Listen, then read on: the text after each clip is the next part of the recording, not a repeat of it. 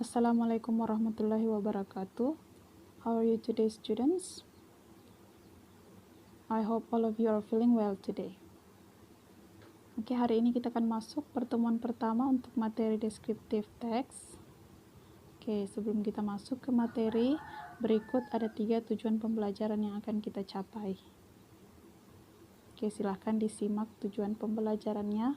Dapat juga kalian lihat di Google Classroom kalian. Oke, jadi yang pertama, tujuan pembelajaran kita adalah peserta didik dapat menyebutkan fungsi sosial teks deskriptif. Yang kedua, peserta didik dapat membandingkan struktur teks deskriptif. Yang ketiga, peserta didik dapat menentukan informasi rinci teks deskriptif yang terkait dengan tempat bersejarah atau tempat terkenal di daerah sekitar lingkungan peserta didik. Oke, berikutnya sebelum kita masuk ke materi, silahkan diamati gambar berikut. Oke, observe the picture below. Do you know the place shown in the picture?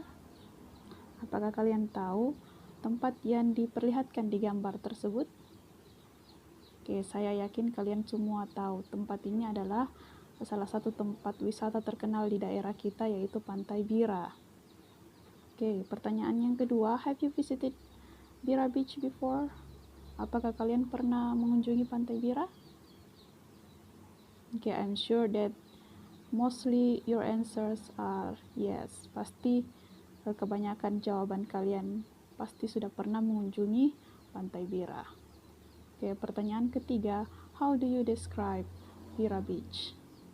Bagaimana kalian menggambarkan Bira Beach? Oke, mungkin ada yang menjawab pantainya yang indah, pasir putih dengan laut yang biru, dengan pemandangan yang sangat mempesona. Atau mungkin ada jawaban-jawaban lain yang menggambarkan seperti apa itu Bira Beach. Oke, kita masuk sekarang di descriptive text. What is descriptive text? Apa kira-kira descriptive text?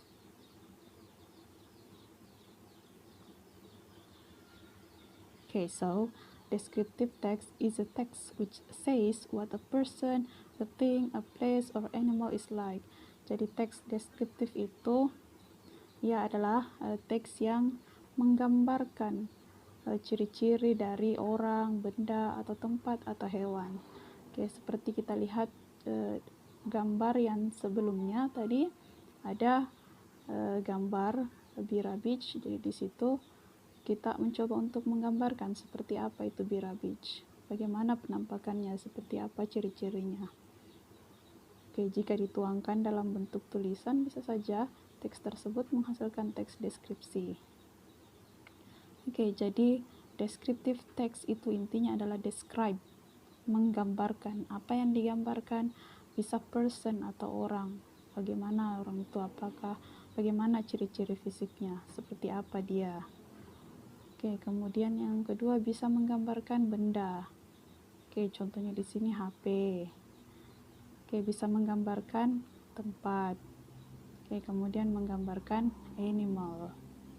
Oke, jadi descriptive text dia memaparkan, menguraikan ciri-ciri fisik dari orang, benda, tempat, atau hewan yang digambarkan. Oke, kita masuk ke social function atau purpose atau tujuan dari teks deskripsi. Secara umum tidak jauh berbeda antara the definition of descriptive text dan the social function of descriptive text. Jadi social functionnya adalah to describe, untuk menggambarkan, and reveal a particular person, place, thing, or animal.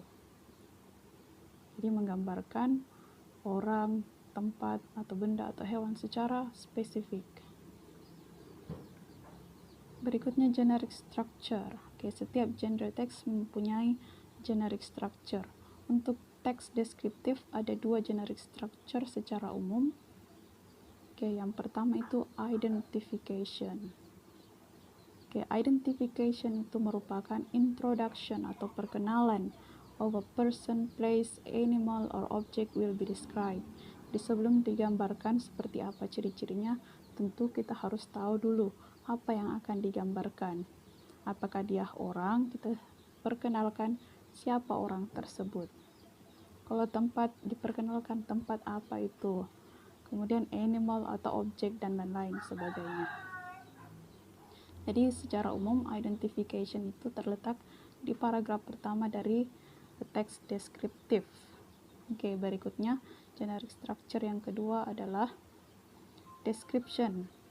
Oke, pada bagian description ini berisi tentang deskripsi atau penggambaran dari animal, things, place, or person by describing its features, forms, colors, or anything related to what the writer described.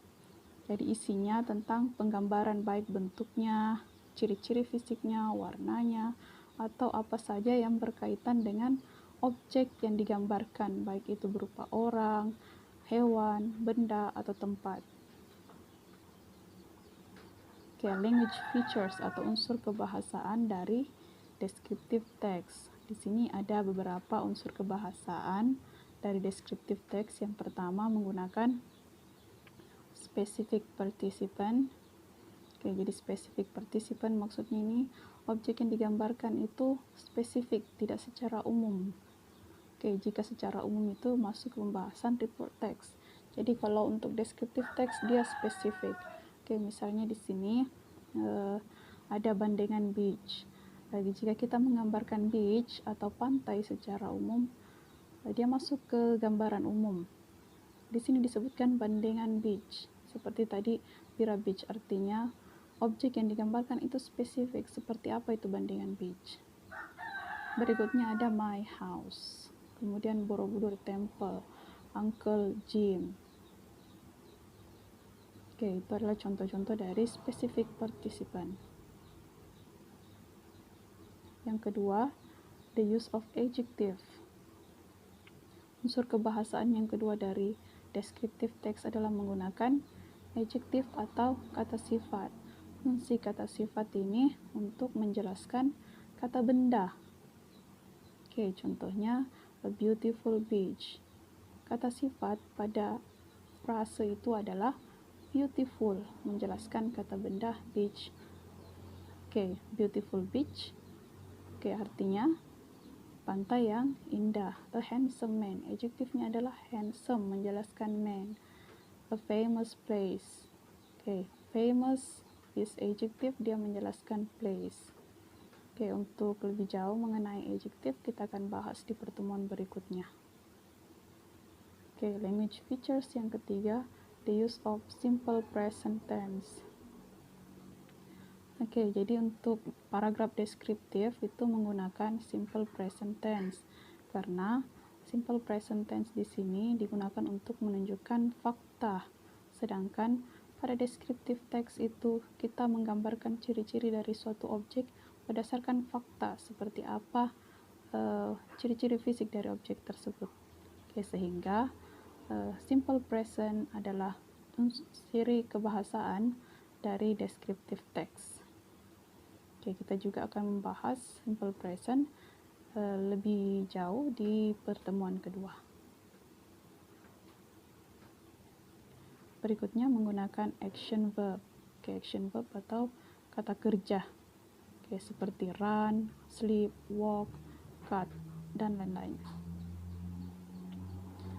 So here's some example of descriptive text. Ini ada contoh dari descriptive text. Objek yang digambarkan adalah place atau tempat. Jadi tempat tersebut adalah Tanjung Puting National Park. Sekarang coba diperhatikan di paragraf pertama atau dapat juga kalian lihat di modul kalian. Paragraf pertama itu adalah identification dari descriptive text. Karena kenapa? Di situ dijelaskan atau diperkenalkan apa itu Tanjung Puting National Park. Seperti apa itu Tanjung Puting National Park? Apakah dia tempat wisata atau hutan atau apa? Jadi bagian paragraf pertama di sini dia masuk ke identification. Berikutnya di paragraf berikutnya sudah masuk ke ciri-ciri dari Tanjung Puting National Park. Seperti apa park tersebut? Apa saja yang ada di dalamnya? Atau tempat apa saja yang menarik di dalamnya? Bagian ini adalah bagian description. Oke, paragraf berikutnya. Oke, masih masuk ke dalam description dari tempat tersebut. Oke, jika masih ada yang kurang jelas mengenai penjelasan Ibu tadi tentang descriptive text, kalian bisa lihat juga di YouTube dengan mengunjungi link berikut ini. Oke, selain itu, kalian juga bisa bertanya melalui Google Classroom atau melalui chat WA tentang materi yang Ibu jelaskan tadi. Oke, cukup sekian hari ini. See you next time.